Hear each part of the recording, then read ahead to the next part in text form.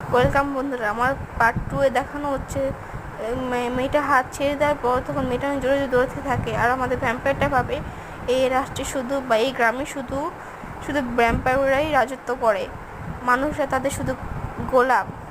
আর আমরা তখন জানতে পারি ভ্যাম্পায়ারটা মানুষদের পছন্দ করে না, কারণ হচ্ছে তার কাছে ছোটোবেলায় একজন ব্লাড সার্ভেন্ট ছিল যে তাকে প্রমিস করছিল কখন তাকে ছেড়ে যাবে না।